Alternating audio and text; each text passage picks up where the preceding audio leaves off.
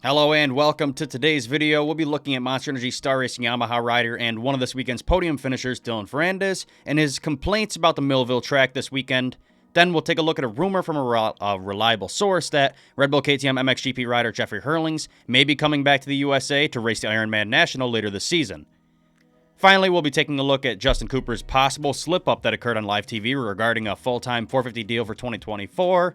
And onto the MXGP side of things, I did want to talk about Kida Wolf and his first podium since getting hurt and losing the points lead about a month ago. But before we do all of that, I have a special guest today, and that is Rides Unlimited Rocky Mountain ATV MC Seven Race Gear KTM rider Slade Smith. Before we get into all of that, head to the MXNetwork.com or click the link in the description to go grab one of my magazines. I did the full restock on the site last week, and there is now a site-wide sale as well. All of my editions are only $2.99 plus shipping, so if you want to support my work directly, go snag a couple magazines.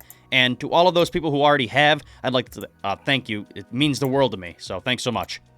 All right, let's get into today's interview with Slade Smith.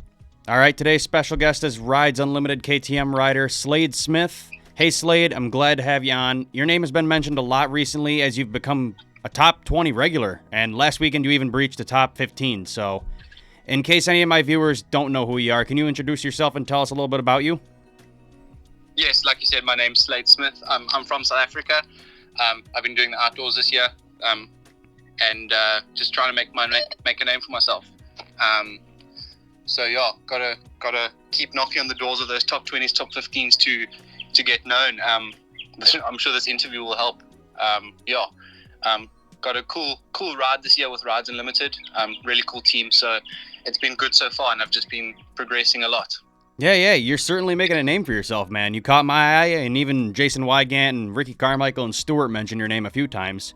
So you raced for, I believe, Manluck Rock River Yamaha in 2022, kind of get yourself into the Pro Motocross Championship. This year you switched to KTM. Was there any struggle between switching those bikes or no?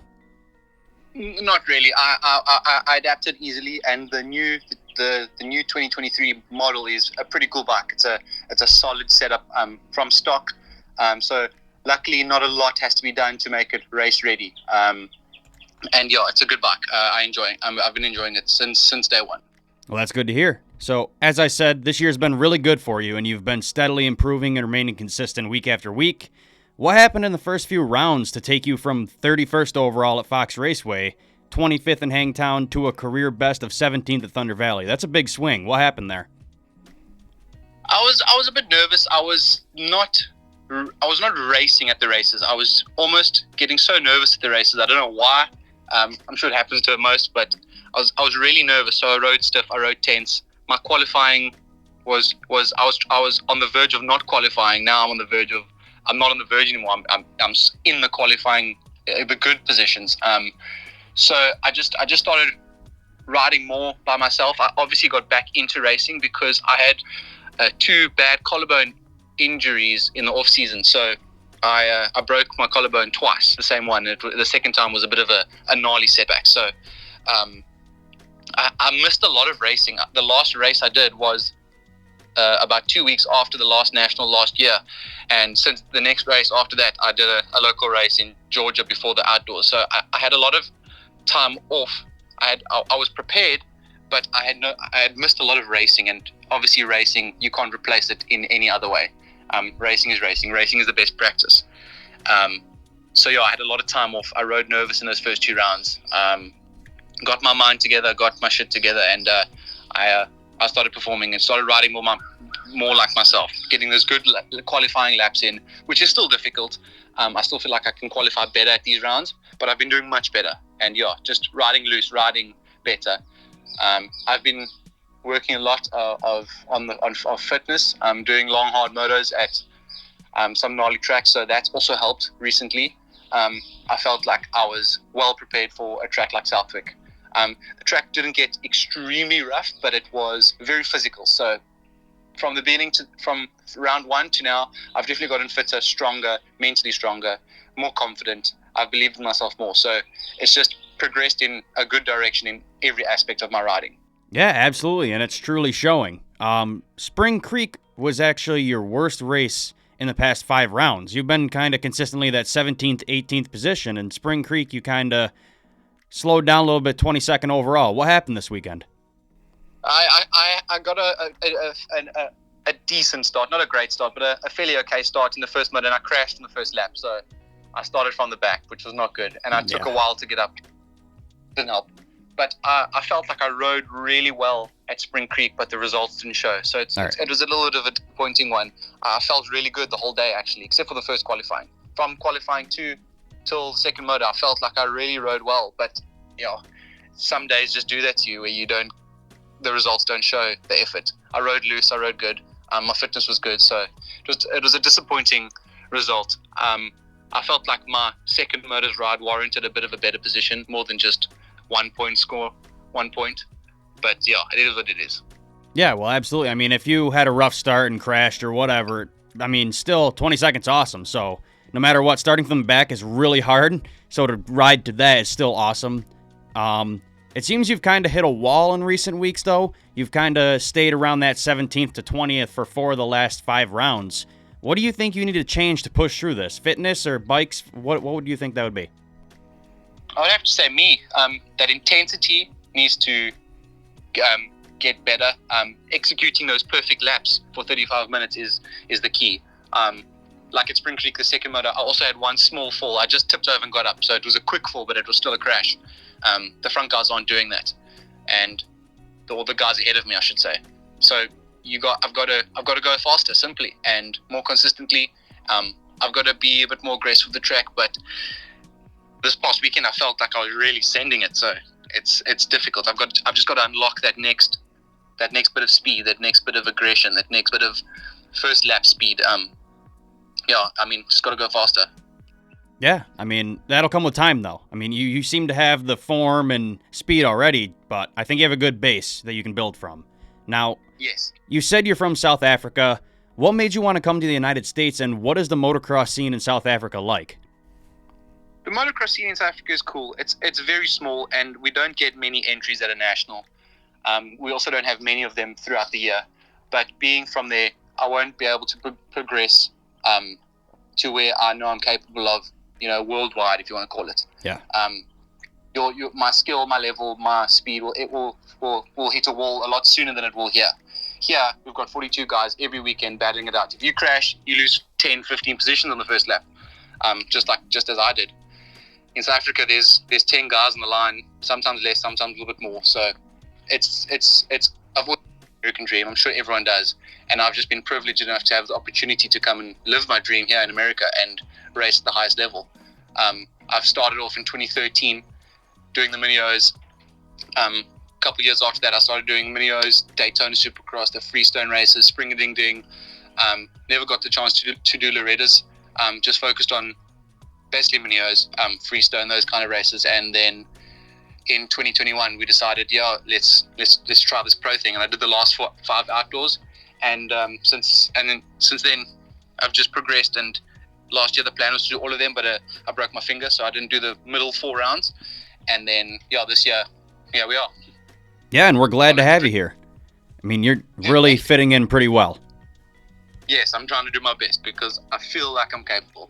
Yeah, so with being said that you're like 17th, 18th position right now, what do you think would be your overall goal for yourself for the remainder of 2023? Do you have a certain point spot you want to be in? Does your team have a certain goal for you? What would that be?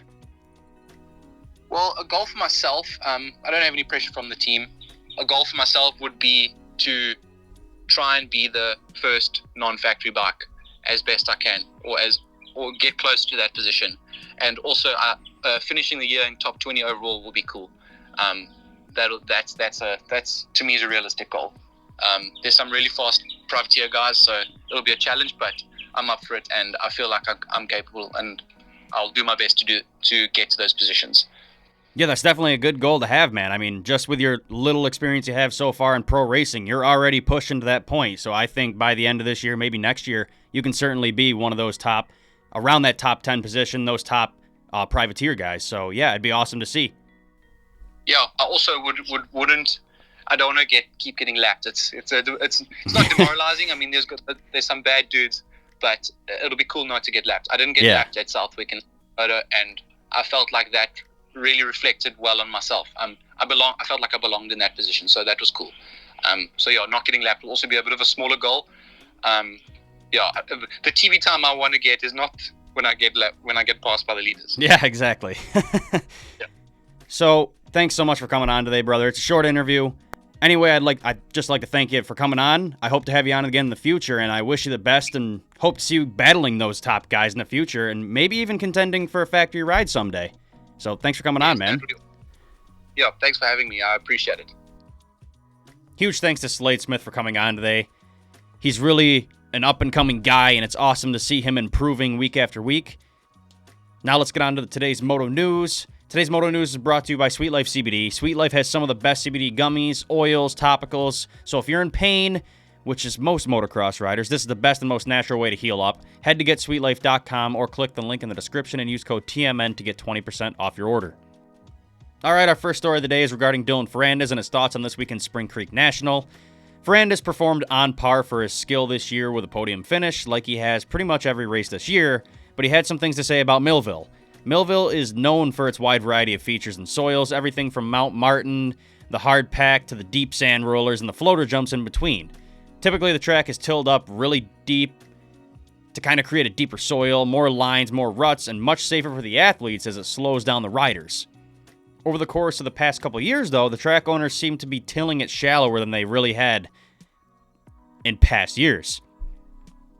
This year especially, guys were absolutely flying. Some people reported that in some spots, guys were hitting nearly 60 miles per hour, which is insane for our sport. The danger level that brings is unnecessary as the sport is already dangerous enough.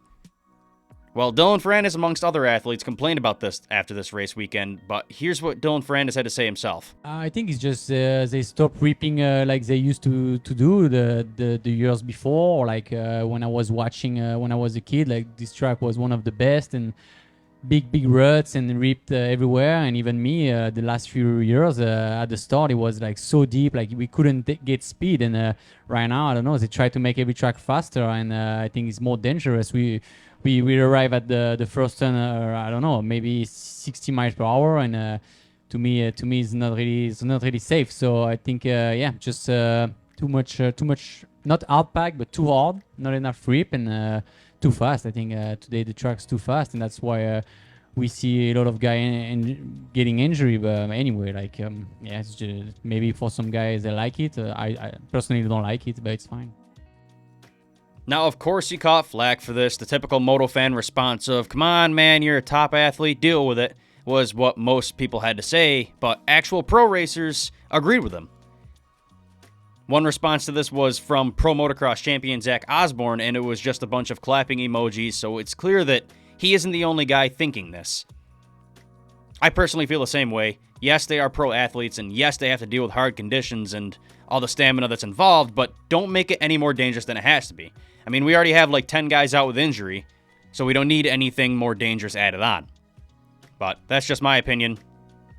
On to our second story of the day. It's rather short as not much details have been released yet, but it's regarding the return of legendary motocross athlete Jeffrey Herlings to Lucas Oil Pro Motocross. Everybody remembers back in 2017 when Herlings came to the USA and dominated the race in Ironman. Well, this year it might happen again. Possibly the most prominent and reliable MXGP reporter and insider for MXGP, Lewis Phillips, posted yesterday that he thinks Herlings is coming back for the Ironman National this year. His exact post read, quote, "Herlings at Ironman, it is possible." He further explained, "Jeffrey wants to race, put it that way." He did go on to explain even further, saying that he has been talking with Herlings and that he does want to come here and race at least one race, and it's a high possibility considering he's out of points contention for MXGP yet again due to injury. Although we don't know how true this is and if it will be confirmed, Lewis Phillips did confirm that he is heading to Jeffrey Herlings' house in the Netherlands tomorrow for an in-depth, in-person interview, and this question will be brought up, so I guess we'll see if he will be coming here for Ironman. Now, the first thing I did see people saying about this was, well, will he beat Jet? Will he beat Sexton? And I can assure you that most likely, no, he won't. I mean, yes, Herlings is probably the fastest guy on the planet when he's healthy. And last year, he missed the entire season getting surgeries and healing up to prepare for this year. Coming into this year, he was only a podium guy in MXGP. he was not much faster or the same speed as Romain Febvre and Jorge Prado, who are winning now that he's out. And I just don't see him beating Jet Lawrence and probably not even Sexton, as long as Sexton stays on 2 wheels, that is. But yeah, he will be fast and he will be on a podium, I guarantee, if he comes here. But I don't know if he'd win.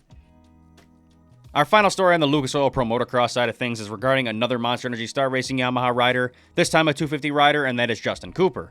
As y'all know, Cooper is in a contract year with Star Racing and is seeking a full-time 450 class ride for the 2024 season.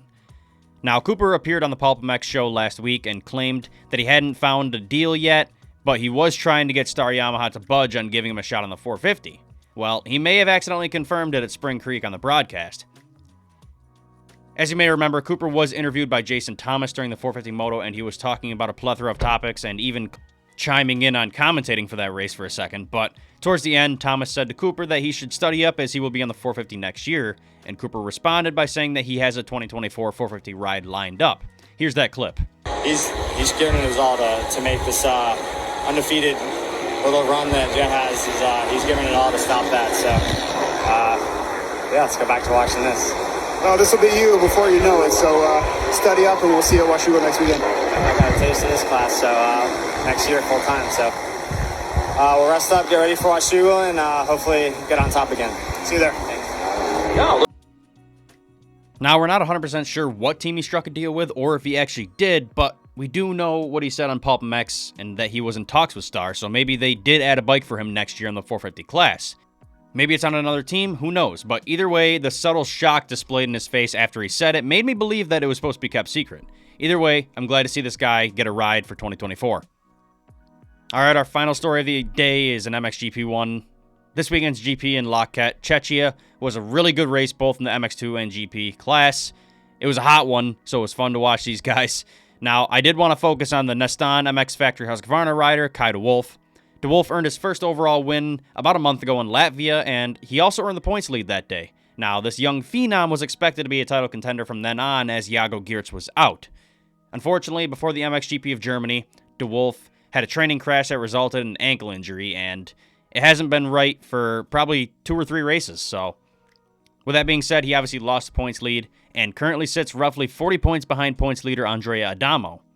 Well, this weekend in Lacquette, Kai de Wolf seems to be rising back to where he should be, maybe healing up a bit. Here's what he had to say about his first podium since his injury in a post-race interview. Yeah, it was a pretty good weekend for me. Got third and fourth in the motos, so third overall. I'm really happy with it. Gave everything and finally back on the podium after my ankle injury. So yeah, it was a good weekend, and now on to Lommel. Mentally it was tough. I had the rep plate then in Germany, but on Thursday when we were testing with the team, crashed in the last lap of my training, and yeah, then got some issues with my ankle. So yeah, it was really tough weekend in Germany to ride with it, but then also Indonesia wasn't easy. So finally back on the podium now here in Lockhart, and really looking forward for Lommel next weekend. It's really awesome to see him back on the podium. I hate the fact that this young buck lost his opportunity at taking the MX2 title this year, but at least we know he's not giving up. He has that attitude that he needs to win a championship, so hopefully he can move on from here.